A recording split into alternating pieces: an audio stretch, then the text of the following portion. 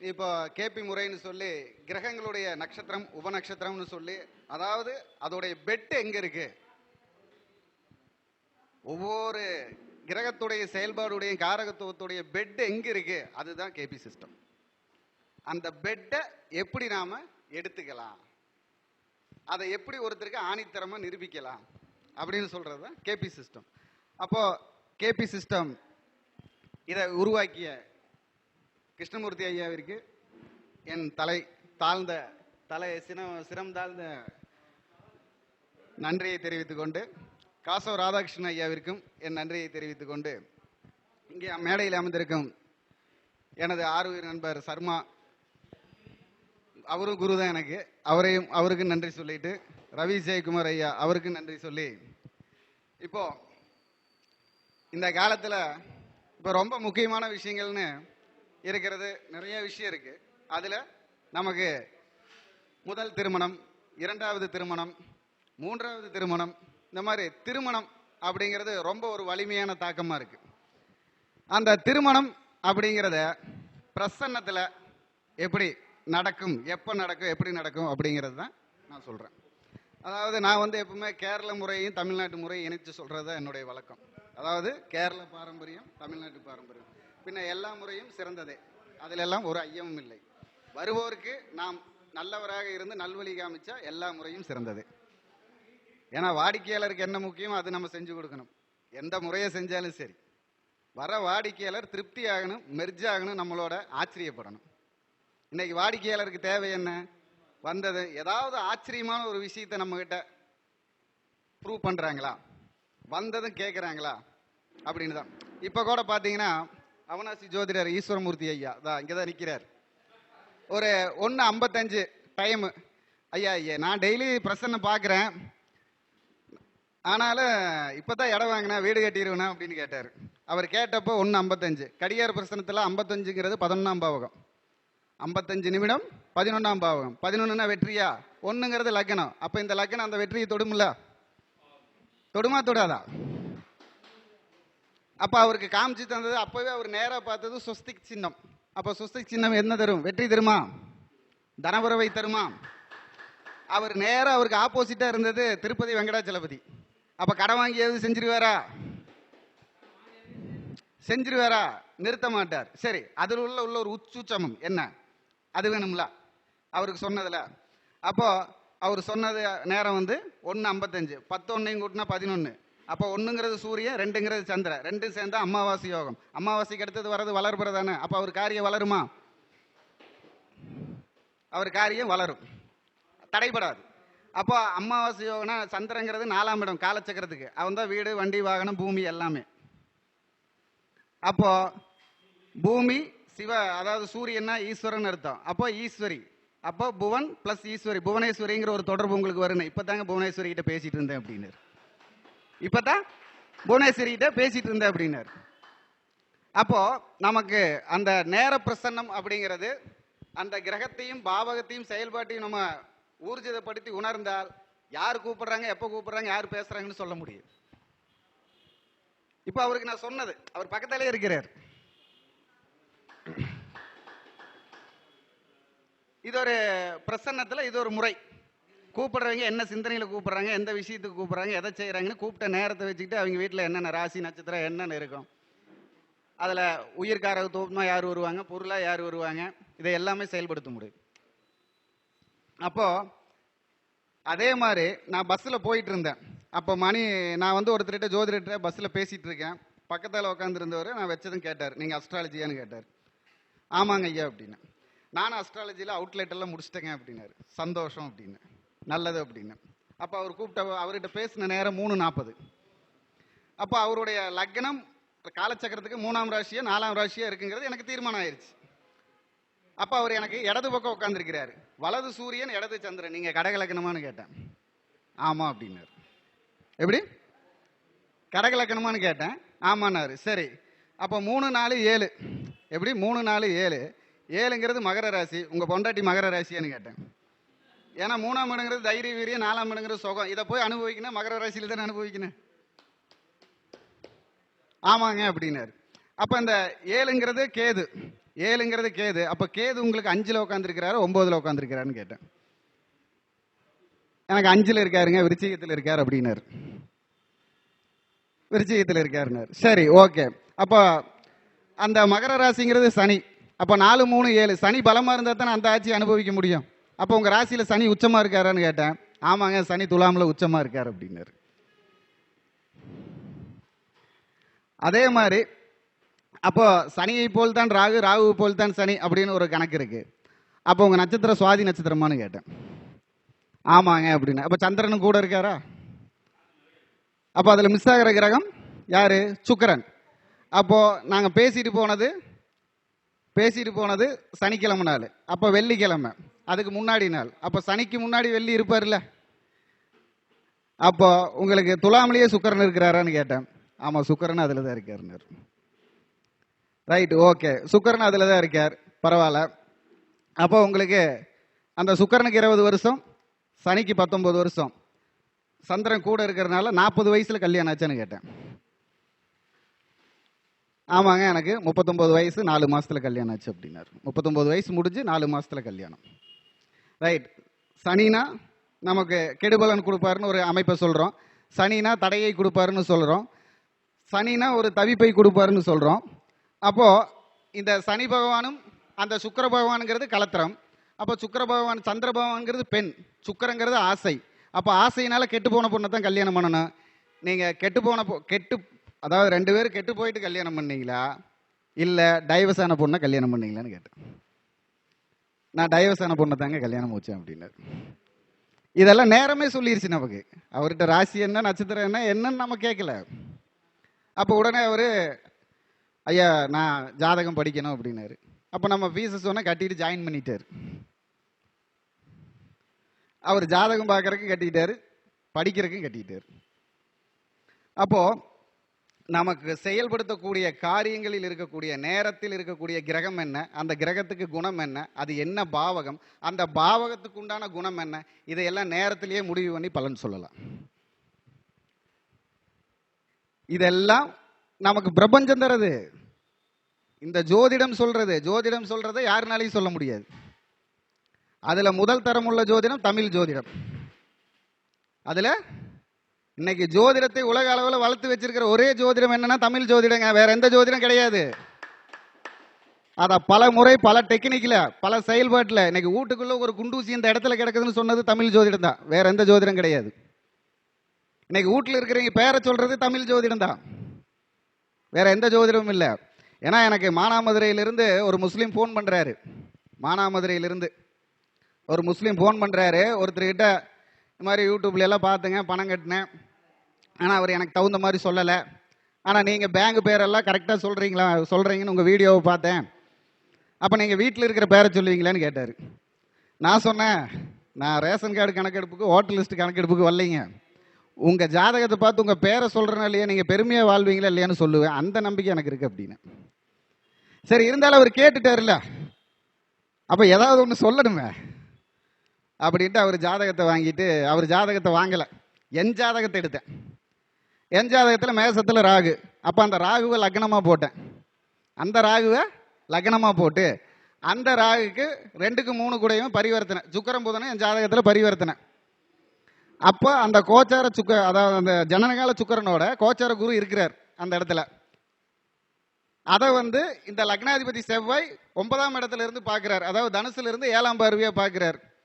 அப்போ குரு செவ்வாய் பார்த்தா குருமங்கள யோகமா, குரு சுக்கிரனை பார்த்தா கல்யாண யோகமா. அப்போ உங்க வீட்டில் யாருக்கும் ஒருத்தருக்கு கல்யாணம் நடக்கல, அது செவ்வாயா இருக்கிறதுனால உங்களுக்கு 2வது வாரிசுக்கு கல்யாணம் ஆகலை, அதுக்காக கேட்குறீங்க அப்படின்னு சொன்னேன். ஆமாங்க, 2வது பையனுக்கு கல்யாணம் ஆகணும், அதனால தான் நான் ஃபோன் பண்ணேன் உங்களுக்கு அப்படின்னாரு. ஓகே, சரி, அதுவும் சரி. இருந்தாலும் அவர் மேட்டருக்கு வரலையா, பேர் மேட்டருக்கு. அப்போ சரிங்க ஐயா, இப்போ நீங்கள் கல்யாணத்துக்குன்னு சொல்லிட்டீங்க. இப்போ 2மே அந்த செவ்வாயோட லக்னாதிபதியோட சம்மந்தப்படுற 2மே பணக்கிரகம். நம்ம கல்யாணத்துக்கு போனால் என்ன வைப்போம்? மொய் வைப்போம். எனக்கு இருக்கிறது 3ஆம் வீட்டில் சுக்கிரன். அதாவது அந்த லக்னத்துக்கு, மேச லக்னத்துக்கு 3ல் சுக்கிரன் இருக்காரு. அப்போ 3ஆம் இடத்த ஹிந்தியில் என்ன சொல்லுவோம்? தீன்னு சொல்லுவோம். அப்போ மொய் பிளஸ் தீன், மொய்தீன் உங்கள் வீட்டில் ஒருத்தர் இருப்பாருன்னு. ஆமாங்க, என் மூத்த பையன் பேர் மொய்தீன் தான் அப்படின்னாரு. ரைட். அதே இடத்துல 2க்கு 3 கூடயும் பரிவர்த்தனை. புதன் சமாதான கிரகம், புதன் தான் சண்டை வந்தால் சமாதானம் பண்ணுவார்.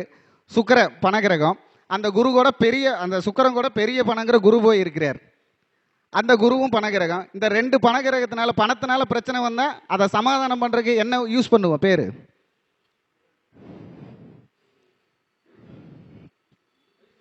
கரெக்ட். ஏப்பா அந்த பைசா பிரச்சனையை பைசல் பண்ணியிருப்ப உங்கள் வீட்டில் பைசல்னு ஒருத்தர் இருப்பார் அப்படின்னு. ஏன் 2வது பையன் தாங்க பைசல், அவருக்கு தாங்க நீங்கள் பொண்ணு கேட்குறீங்க அப்படின்னு. ரைட். லக்னத்தில் ராகு இருக்கார், ஒரு 2 கூடையவர் சுக்கிரன் 3ல் போய் இருக்கார். 2ஆம் இடம் முகம், 3ஆம் இடத்துல போய் மாறி உட்காந்துருக்கார். அப்போ ராகு மது மாதுங்கிற கிரகம், அந்த ராகு பார்க்குறார் முகத்தை. அப்போ முகம் ப்ளஸ் மது முகமது, பேசுகிற நீங்கள் முகமது அப்படின்னு முடிஞ்சிருச்சா? 3 ஜாதகத்துக்கு எவ்வளோங்க? 15,000 ரூபா கட்டிடுங்கன்னா கட்டிட்டாரு. அவருக்கு பொண்ணு யார் பார்ப்பாங்கன்னு சொல்லிட்டேன். ஏன்னா அவர் ஜாதகத்தில் பறவை மயில், அவர் ஜாதகத்தில் நான் பார்த்த ஜாதகத்தில் ஜாதகருடைய பறவை மயில். 2ஆம் இடம் முகம், அந்த முகத்தில் மை வைப்போம். மை ப்ளஸ் மயில் இஸ்மாயில், இஸ்மாயிலுங்கிற கூட்டிகிட்டு போங்க கல்யாணம் ஆயிரு அப்படின்னு. அப்போ இது ஏன் சொன்ன, அவருக்கு சொன்ன அப்படின்னா அவர் ஒரு வேற மதத்துக்காரர். அவருக்கு நம்ம சக ஜோதிடர் மேலே நம்பிக்கை தான் வரணும். பிஸியாக இருக்கிறவங்கிட்ட கேட்டால் அவங்க அதுக்குண்டான வழியும் பரிகாரம் தான் சொல்லுவாங்க. பார்க்குறதுக்கு நேரம் இருக்காது இல்லை, அதனால அவர்கிட்ட நிரூபிக்கணுங்கிறதுக்காக பேசணும். இந்த மாதிரி நிறைய பேர்த்துக்கு நம்ம சொல்லியிருக்கோம் நேரத்தை வச்சு. இப்போ நேரங்கிறது கூப்பிடுற, இப்போ ஒரு அம்மா ஒரு 8 மணிக்கு கூப்பிடுது, நான் கேட் அடைச்சிட்டு இருக்கிறேன். 8 மணிக்கு கூப்பிடுறாங்க, கேட் அடைச்சிட்டு இருக்கிறேன். கேட்டில் கம்பியாக இருக்குமா? அப்போ 8 மணிங்கிறது என்ன? அவமானம், சண்டை, வழக்கு, சிறைச்சாலை, திடீர் அதிர்ஷ்டம் இதெல்லாம். ஆனால் ராத்திரி ஆகும்போது திடீர் அதிர்ஷ்டத்தையெல்லாம் எடுக்க முடியாது, பிரச்சனைன்னு தான் எடுக்கணும். பகலாக இருந்தால் எடுத்துக்கலாம். ஏதாவது ஒரு தெரியாத ஒரு விஷயத்தை தெரிஞ்சுக்கிறதுக்காக போராடுறாங்கன்னு. ஆனால் ராத்திரியாக இருந்தால் அது பிரச்சனையான விஷயம். அப்போ கரெக்டாக மணி 8. அப்போ 8ஆம் பாவங்கன்னா விருச்சிகம், 8ஆம் பாவங்கிறது சிறைச்சாலை. அப்போ நம்ம அடைக்கிறது கேட்டு, அதில் கம்பியாக இருக்குது. அப்போ கம்பிக்கு முன்னாடி நான் இருக்கேன்னா கம்பிக்கு பின்னாடி ஒருத்தர் இருக்கிறாருன்னு தானே அர்த்தம். ஏமா உங்கள் கணவரோ 8ஆம் இடம் செவ்வாயா, அப்போ செவ்வாய் மாங்கல்யக்காரங்கண்ணா, அப்போ மாங்கல்யம் உள்ளே இருக்குன்னு தானே அர்த்தம். அப்போ உங்கள் கணவர் ஜெயிலில் இருக்கார், ரிலீஸ் ஆகணும்னு கேட்குறீங்களா, இல்லை ஜாமீன் கிடைக்கலன்னு கேட்குறீங்களா அப்படின்னா? ஆமாங்க, அவருக்கு ஜாமீன் கிடைக்கணும், உள்ளே இருக்கார் அப்படின்ற. அப்போது இந்த விஷயமெல்லாம் நம்ம அந்த நேரத்தில் உணர்றப்போ உணர்த்தி இருக்கிறதுக்கு நம்ம அந்த அளவுக்கு அதில் தேடுறோம் இருக்கிறோம் அப்படிங்கிறத. இன்னொன்று, ஒருத்தர் பெங்களூர்லேருந்து ஒரு அம்மா 6:33 கூப்பிடுது, சாயங்காலம் 6:33 கூப்பிடுது. 6ங்கிறது சுக்கிரன், 3ங்கிறது குரு. அப்போ இன்னொரு குருவுக்குள்ளே போய் சிக்கிக்குது. அப்போ அது பிரச்சனைன்னு அர்த்தம். அப்போது இந்த 6ங்கிற சுக்கிரனை ஒரு அம்மா கூப்பிட்டதுனால மருமகளை எடுக்கிறேன், இந்த அம்மாவை மாமியாரை எடுக்கிறேன். அப்போ குரு சுக்கிரனா பகை, சண்டை, மாமியாருக்கு மருமகளுக்கு சண்டை வந்துட்டே இருக்குது. எப்போ பிரிவான்னு கேட்குறீங்களான்னு கேட்டேன். ஆமாம் அப்படின்னாங்க. ரைட். 6ங்கிறது சுக்கிரங்கிறது பலதரப்பட்ட உணவு, குருங்கிறது வயிறு. அந்த குருவே இன்னொரு பாகத்தில் 3ஆ வலுத்திருக்கிறார். அப்போது அவங்க வயிறு பெரிய வயிறாகவும் நல்ல ஆளாகவும் இருப்பாங்க. அப்போ 6 + 6 3 3 6, இது சுக்கிரனுக்கு 6 12. உங்கள் மருமக 120 கிலோ இருக்கிறாங்களான்னு கேட்டேன். இந்த பாயிண்ட் தான் அவங்கள மெர்ஜ் பண்ணி பெங்களூர்லேருந்து எங்கிட்ட பணத்தை கட்டி ஜாதகம் பார்க்க வச்சுது. அதனால நான் சொல்கிறேன், அது எப்படிங்க கரெக்டாக 120 கிலோ இருக்காங்கன்னு கேட்டாங்க. ஒரு பாவத்துக்கு 10 கிலோ, 12 பாவத்துக்கு 120 கிலோ. அப்போ அது இல்லாமல் 6ங்கிறது சர்வீஸு, 6ங்கிறது உத்தியோகம், 6ங்கிறது பணகிரகம், 3ங்கிறது பணகிரகம். இந்த 2 பணகிரகத்தில் சர்வீஸ் பண்ணுற ஒரு ஆள் வேணும். அப்போ உங்கள் வீட்டில் விஜிலன்ஸ் ஆஃபீஸராவோ இன்கம் டேக்ஸ் ஆஃபீஸராவோ யாராவது இருக்காங்களான்னு கேட்டேன். அதுவும் டெல்லியில். ஆமாங்க, என் வீட்டுக்காரர் இன்கம் டேக்ஸ் ஆஃபீஸர் தாங்க அப்படின்னு. ஏன் டெல்லினா குரு தான் இருக்கிறதுலே பெரிய கிரகம். அப்போ பெரிய கிரகம் தானே பெரிய ஊரை சொல்லு. அப்போ இந்த மாதிரி நம்மளால சமயோஜித புத்தியிலேயே ஜாதகம் சொல்ல முடியும். கூப்பிட்ட நேரத்தை வச்சுட்டு அப்போ நான் அவங்க வீட்டில் இருக்கிற ராசி நட்சத்திரம் எல்லாம் கேட்டேன். அதுலேயே எல்லாம் நம்ம சக்ஸஸ் பண்ணிட்டோம். சொல்கிறோம், இந்த அளவுக்கு நம்மளால முயற்சி பண்ணி ஜாதகத்தில் ஜெயிக்க முடியும், பேர் வாங்க முடியும். ஆனால் என்ன, அதுக்கு தேவையான முயற்சியிலையும் தேடல்லையுமே இருக்கணும், ஓடிக்கிட்டே இருக்கணும். எங்கே கூப்பிட்டாலும் இந்த விஷயத்தை தேடிக்கிட்டே இருக்கணும். அப்போ நமக்கு வழிவகை கிடைக்கும். அப்படி இதே மாதிரி இப்போ 100 சாமின்னு ஒரு படம் வந்திருக்கு. 100 சாமின்னு ஒரு படம் வந்திருக்கு.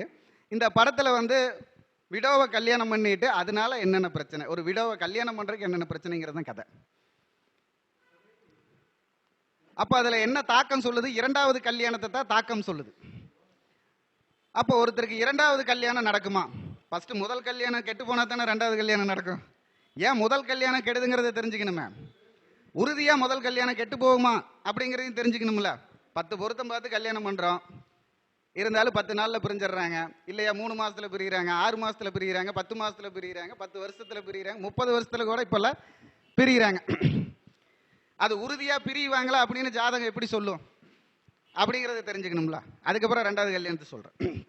இப்போ நம்ம 10ஆம் பாவத்தை என்ன பாவம்னு சொல்றோம்? கர்மஸ்தானம், ஜீவனஸ்தானம், வாழ்க்கை ஸ்தானம். ஜீவனம் தான் தொழில். அப்போ இந்த சனி போய் உச்சமாகிற வீட்டை என்ன சொல்றோம்? கலத்திரகாரங்கன்னு சொல்றோமா, அம்சகாரங்கன்னு சொல்றோமா? அப்ப ஜீவனம் பிளஸ் அம்சம் ஜீவனாம்சம். அப்போ இந்த சுக்கிரனை சனி பகவான் தன் ஸ்பெஷல் பார்வையான 3ஆம் பார்வையும் 10ஆம் பார்வையும் பார்த்தா அந்த குடும்பம் பிரியும். அது எத்தனை வருஷம் இருக்குங்கிறத தான் நம்ம ஜாதகத்தில் பார்த்து சொல்லணும். ஆனால் அது உறுதியாக டைவர்ஸ் வாங்கும், பிரியும், எழுதி வச்சிடலாம். சனி பகவான் சுக்கிர பகவானை பார்க்கணும், 7ஆம் பார்வையில் அல்ல, 3ஆம் பார்வையும் 10ஆம் பார்வையும். ஏன்னா சனி பகவான் சீவரகாரகன், சுக்கிர பகவான் அம்சகாரகன். ஜீவனம் பிளஸ் அம்சம் சேரும் பொழுது ஜீவனாம்சம் உறுதியாக வாங்குவார்கள். அதே மாதிரி உறுதியா பிரிஞ்சிருவாங்களா? கண்டிப்பாலும் பிரிவாங்களா? அதுக்கு எந்த கிரகம் இருந்தா உறுதியா பிரிஞ்சிருவாங்க அப்படின்னா, சந்திரன் ராகு 11 இருந்தாலும், சந்திரனுக்கு 11 ராகு இருந்தாலும், ராகுவுக்கு 11 சந்திரன் இருந்தாலும், இவர்கள் 2 பேருக்கு 3ஆம் இடத்தில் 2 பேர் இருந்தாலும் உறுதியான பிரிவு வரும். அது இந்த சந்திரனுடைய 10 வருஷம் கழிச்சு இருக்கலாம், இந்த ராகுவுடைய 18 வருஷம் கழிச்சு இருக்கலாம். இந்த சந்திரன் ராகுல இருந்து 10 வருஷத்தை கழிச்சிட்டு 8 வருஷமாகவும் இருக்கலாம். ஆனா உறுதியான பிரிவு. இதெல்லாம் விதிவிலக்கே இல்லைங்க. நீங்க எந்த ஜாதகத்தில் வேணா பாத்துங்க. நம்ம ஒரு காரியம் சொன்னா அதுக்கு விதி இருக்கணும், விலக்கு இருக்கக்கூடாது. அப்படி இல்லைன்னா அதை நம்ம சொல்லக்கூடாது. அப்போ இதை ஒரு மேடையில் பேசுறப்ப அங்க இருக்கிற ஒரு 3 ஜோதிடர் கூட ஜாதகத்தை எடுத்து என்கிட்ட கேட்டாங்க. அவங்க கேட்ட நேரமே 5:27. அதே 5ஆம் பாவங்கிற பெரியவர்கள் நிச்சயிக்கப்பட்ட திருமணம், 2ஆம் பாவங்கிற வாக்கு கொண்டு 7ஆம் பாவங்கிற களத்திற்கிட்ட பிரச்சனையாகி டைவர்ஸ் ஆயிடுச்சுன்னு அப்பவே சொன்னேன், நேரத்தை வச்சுட்டு. அதுக்கப்புறம் தான் அவங்க ஜாதகத்தை பார்த்து சொன்னேன். இதை நான் சொன்னேன்னு சொல்றது எதனால, நான் பார்த்து சொன்னதுனால தெய்வம் நமக்கு அது சொல்லக்குண்டான வழியை தந்தது. நம்ம ஒன்றும் அதில் ஆள் இல்லை. நம்ம தெய்வத்திட்ட ஏங்கி நிற்கிற ஒரு பிச்சைக்காரன், அவ்வளோதான். அவன் வழி கொடுத்தா வாழ்கிறான், அவன் விழி மூடுனா சாவறோம், அவ்வளோதான் வித்தியாசம். அப்போ இந்த வழிவகைகள் எல்லாம் நம்மளால உறுதியாக எடுத்து சொல்ல முடியும். அப்போ நான் அந்த ஜாதகம் 3 ஜாதகத்துலையுமே, ஒரு ஜாதகத்தில் சனி பகவான் சுக்கிர பகவானை 3ஆம் பார்வையாக பார்க்குறாரு, ஒரு ஜாதகத்தில் சனி பகவான் சுக்கிர பகவானை 10ஆம் பார்வையாக பார்க்குறாரு, ஒரு ஜாதகத்தில் சந்திரனுக்கு 11 போய் ராகு உட்காந்துருக்கார். அப்போ நம்ம சொன்னது அங்கே நடந்திருக்குதா? அப்போ இதெல்லாம் கண்டிப்பாக நடக்கும். அது என்னைக்கு நடக்கும் அப்படிங்கிறத அவங்க ஜாதகத்தை எடுத்து சொல்ல வேண்டியது. இதனால தான் இந்த 10 பொருத்தம், இந்த பொருத்தம் தோத்து போவது இதனால தான். இந்த பொருத்தம் தோத்த ஜாதகத்தில எல்லாம் பாருங்க இந்த பிரச்சனை இருக்கும். இதை அனுபவபூர்வமாகவும் பார்த்துருக்கேன், ஆதாரபூர்வமாகவும் கையில் வச்சிருக்கேன். அப்போ இதனால தான் முதல் திருமணம் தோல்வி அடைகிறது. ஏன்னா இந்த காலத்தில் சொல்லுவாங்க ஈகோ, பின்ன பணம் கேட்குறாங்க, தொழிலை பார்க்குறாங்க, அரசியலை பார்க்குறாங்க, அதை வருமானத்தை பார்க்குறாங்க, அது இதுன்னு நிறைய சொல்லுவாங்க. இதெல்லாம் இருந்த காலத்துலேயும் நடந்திருக்குல்ல. திருமணம் நடக்காம இல்லையே. திருமணங்கிறது ஒரு பாக்கியங்க. வீட்டில் படுத்திருந்தாலும் நடக்குங்க, நம்ம தேடி போக வேண்டியதெல்லாம் கிடையாது. நீங்கள் தாலி கட்டி ஒரு பொண்ணோட வாழணும்னு விதி இருந்தால் அந்த விதி நீங்கள் வீட்டிலேயே இருந்தாலும் நடக்கும். விதியில் இல்லை அப்படின்னா அது நடக்காது. இவ்வளோதான். ஏன்னா இதைத்தான் பாக்கியம்னு சொல்கிறோம். திருமண பாக்கியம், திருமண யோகம்னு தானே சொல்கிறோம். திருமணம் நீ போய் செஞ்சுட்டு வான்னு சொல்கிறோமா? திருமண வேலைன்னு சொல்கிறோமா? இல்லையே. அப்போ அதுக்கடுத்து இந்த 2வது திருமணம் அப்படிங்கிறது, இந்த பிரச்சனை வந்தால் தான் அதுக்கடுத்தது 2வது திருமணம் வருது. அப்போ இந்த 2வது திருமணத்துக்கு என்ன யோகம் இருந்தால் 2வது திருமணம் நடக்கும் அப்படின்னு வேணும்ல. அப்போ இந்த இரண்டாவது திருமணம் உறுதியா நடக்கும் அப்படின்னு பாத்தீங்கன்னு வச்சுங்களேன். பொதுவா சனி சந்திரன் சேர்ந்திருந்தா இரண்டாவது திருமணம் உறுதியா நடக்கும். சனி சந்திரன் சேர்ந்திருந்தா இரண்டாவது திருமணம் உறுதியாக நடக்கும். அதே மாதிரி இந்த சனி சந்திரனுக்கு கேந்திரத்தில் குரு இருந்தா இரண்டாவது திருமணம் நடக்கும். இந்த சனி சந்திரனுக்கு கேந்திரத்தில் குரு இருந்தால் இரண்டாவது திருமணம் நடக்கும். அதே மாதிரி இந்த சனி சந்திரனை புதன் பார்த்தாலும், புதன் சேர்ந்திருந்தாலும் இரண்டாவது திருமணம் நடக்கும். அதே மாதிரி சனி குரு புதனுடைய இணைவோ நட்சத்திர பரிவர்த்தனையோ இருந்தாலும் இரண்டாவது திருமணத்துக்கு முயற்சி செய்பவர்கள் இந்த மாதிரி இணைவு இருக்கும் நேரத்தில் முயற்சி செய்தாலும் நடக்கும். அப்போ இந்த இரண்டாவது திருமணம் எந்த வயசுல நடக்கும், எப்படி நடக்குன்னு எல்லாம் கூட சொல்லலாம். நான் ஒருத்தர் ஜாதகத்தில் சொன்னது தானே சொல்ல முடியும். அப்போ இப்போ ஒருத்தர் ஜாதகத்தில் பார்த்தீங்கன்னா நான் சொன்ன மாதிரி பிரச்சனை இருந்தது. ராகுவுக்கு 11 சந்திரன் இருந்தார். அப்போ இந்த ராகுவுடைய வயசும் சந்திரனுடைய வயசுலையும் உங்களுக்கு கல்யாணம் ஆச்சுன்னு கேட்டால் 28 வயசில் ஆச்சுன்னாரு. அங்கிருந்து பார்த்தீங்கன்னா செவ்வாய் வந்து 7ஆம் பார்வையை பார்க்குறாரு. அப்போ 36 வயசு, 37 வயசில் டைவர்ஸ் ஆயிடுச்சுன்னு கேட்டால் ஆயிடுச்சுன்னாரு. 37 வயசில் பிரிஞ்சுட்டார். அதுக்கப்புறம் 43 வயசில் டைவர்ஸ் ஆச்சு. அப்போது எங்கிட்ட பார்க்குறப்போ அவர் எல்லா பிரச்சனையும், கேஸ் பிரச்சனையெல்லாம் முடிச்சுட்டு வந்து 47 வயசில் எங்கிட்ட பார்த்தார். 47 வயசில் பார்த்தப்போ அவருக்கு நான் சொன்னது, உங்களுக்கு 53 வயசில் கண்டிப்பாக ரெண்டாவது திருமணம் நடக்கும் அப்படின்னு. எத்தனை வயசில்? 53 வயசில். ஏன்னா அவருக்கு வந்து பார்த்தீங்கன்னா புதன் குரு சனி இந்த 3 பேரும் சேர்ந்துருந்தாங்க. அப்போ புதனுக்கு 17 வருஷம், சனிக்கு 19 வருஷம், 36, குருவுக்கு 16 வருஷம், 52 வயசு முடிஞ்சு 53 வயசில் கல்யாணம். இப்போ தான் நடந்து ஒரு 4 மாதம் ஆச்சு. அப்போ அவர் கேட்டது 47 வயசில், நம்ம சொன்னது 53. அப்போ இதெல்லாம் பாக்கியம். அந்த நேரத்தில் யார் தடுத்தாலும் நிற்காது. அதில் இந்த வயசில் ஆகணும், அந்த வயசில் ஆகணும்னு அவங்களுக்கு எழுதி வைக்கப்பட்ட விதி. அந்த விதியில் தான் அது நடக்கும். அது வரைக்கும் நாம் என்ன செலவு பண்ணாலும், ஓடுனாலும், வந்தாலும், அதனால விரயம் ஆகணும்னு 12ஆம் அதிபதி 6ஆம் அதிபதி தொடர்பு பெற்றிருந்தா அதனால திருமண காரியங்கள்னால விரயம் பண்ணி நமக்கு திருமணம் ஆகணும்னு விதி. அது நடக்கும். அந்த நூறுசாமியோட திரைப்படத்துடைய அந்த கருவே இந்த விஷயம்தான். 2ஆம் திருமணங்கிறது தான் வாழ்க்கை தான். ஏன்னா முதல் திருமணத்துக்கு கூட மாப்பிள்ளை என்ன பண்றாரு, பொண்ணு நல்ல பொண்ணா இல்லை, இப்போ ஒரு பையன் விட்டுட்டு வந்துட்டு 2வது இவன் என்ன கொடுமைப்படுத்தினானா, என்ன ஒண்ணானா, இவனுக்கு எப்படி கொடுக்குறங்கிற சந்தேகம் வரும்.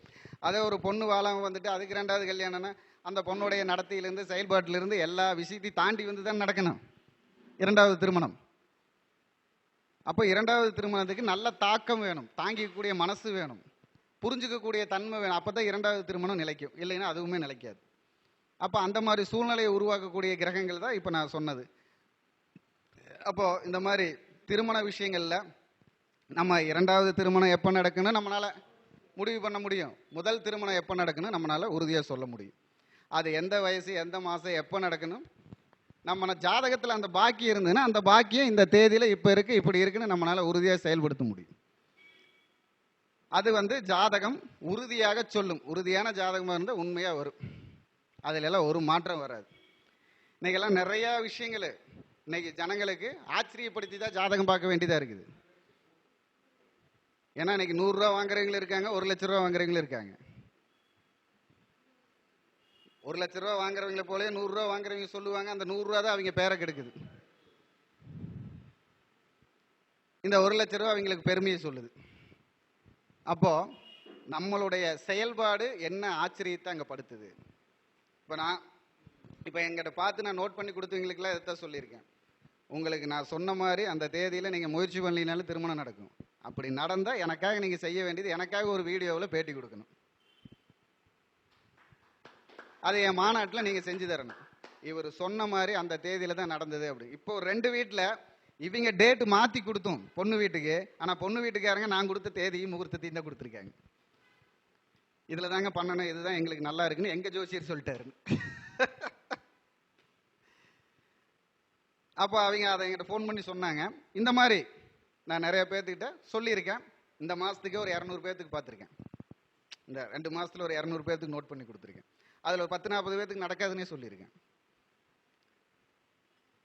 அப்போ இந்த மாதிரி நம்மளால சில செயல்களை விதிவிலக்குன்னு சொல்லி தப்பிக்காம நம்மளால செயல்படுத்தி சொல்ல முடியும். அதுவும் நம் முறையில் தான் இருக்குது, நம் ஜாதகத்தில் தான் இருக்குது. அதை இனி நாம் எந்த சிஸ்டத்தில் வேணாலும் எடுத்துக்கலாம். இனி நான் என்னோட இது பெருசு, உங்களோட இது பெருசுன்னு சொல்ல இல்லாமல் எல்லாமே பெருசுன்னு சொல்லி இந்த வாய்ப்பு தந்த காசோ ராதாகிருஷ்ணன் ஐயாவிற்கு நன்றியை சொல்லி மீண்டும் மீண்டும் இந்த கருத்தரங்கம் வளர்ந்து வளர்ந்து வளர்ச்சியடைய ஆண்டவனை பிரார்த்தித்துக் கொண்டு இங்கே வந்த அனைவருக்கும் என் நன்றியையும் வாழ்த்துக்களையும் சொல்லி விடைபெறுகிறேன். வணக்கம். வாழ்க வளமுடன், வாழ்க வையகம். எல்லாமே நம்ம நட்சத்திர நாயகன் பாலமுருகன் ஐயாவிற்கு என்னுடைய வணக்கத்தையும் நன்றியும் அவர் ஆசீர்வாதத்தையும் வாங்கிட்டு நான் கூட்டுங்க.